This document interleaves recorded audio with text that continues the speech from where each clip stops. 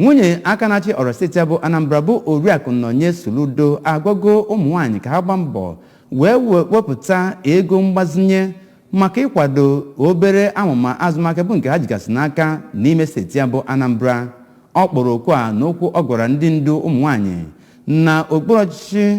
na ndọrọndọrọ ọchịchị apụga ma bụrụkwazị n'otu Umunwanyi niile dịgasị iche iche bụ nke enwere. Nke a bụ nke ọ gwara ka na obi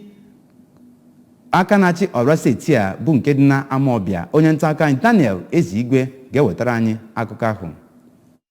Nwunye aka na-achị steeti a bụ onye nọrọ na izuụka gara aga ya na Umunwanyi si n'otu dị iche iche na Anambra steeti wee nwee mkparịta ụka pụrụ iche ebe ọ nọrọ wee gwa ha ka ha na-ma hazigharịa ezinụlọ ha n'obodo ha, gbaa mbọ hụ na ha na-ebi ndụ ahụ isi ike nakwa ndụ adịmọcha nakwa banye n'ọrụ ugbo otu o kwesịrị. Nwunye aka na-achị steeti a dụkwara wee gwa ha na enwere ego mgbazinye iji wee hụ na enyere atụmatụ ahịa ha nakwa ihe ndị ọzọ ha na-eme aka nke sitere n'ụlọ ọrụ Anambra Small Business Agency ebe ọ nọrọ wee gwa ha ka ha nwee otu ndebanye aha ịhụ na ha soro nweta ya bụ ego nkwado. Na mbụ ka kọmishọna ahụ maka Umunwanyi nakwa ọnọdụ ndị mmadụ Oriaku Ifi Obinabọ nọrọ wee gwa Umunwanyi a ka ha ghọta na ezinụlọ ha bụ nke a ga-ahazi dịka ezi ọdịnala si wee dị, ebe ọ kọwara na ọ bụ n'ụzọ dị otu a ka ha ga-esi wee zụpụta ụmụaka ga-enye aka ịhụ na ọnọdụ steeti a bụ ịgba. Ndị nkụzi nyere nkụzi na ya bụ ọnọdụ ndị kụziri Umunwanyi ihe gbasara akị oyibo nakwa ji, ọnọdụ azụmahịa ji, mma okoro ji, onye bụ onye National Coordinator nke ndị otu Coconut Producers, Processors and Marketers Association of Nigeria nakwa onye na-akụzi na mahadum ọkammụta Kodelia Ebenebe nọrọ wee gwa ha ka ha bagide n'ihe gbasara mkpụrụ na-aba ahụ n'ihi na ọ na-enye ihe n'ahụ makwa na-enye ego gbara ọkpụrụkpụ.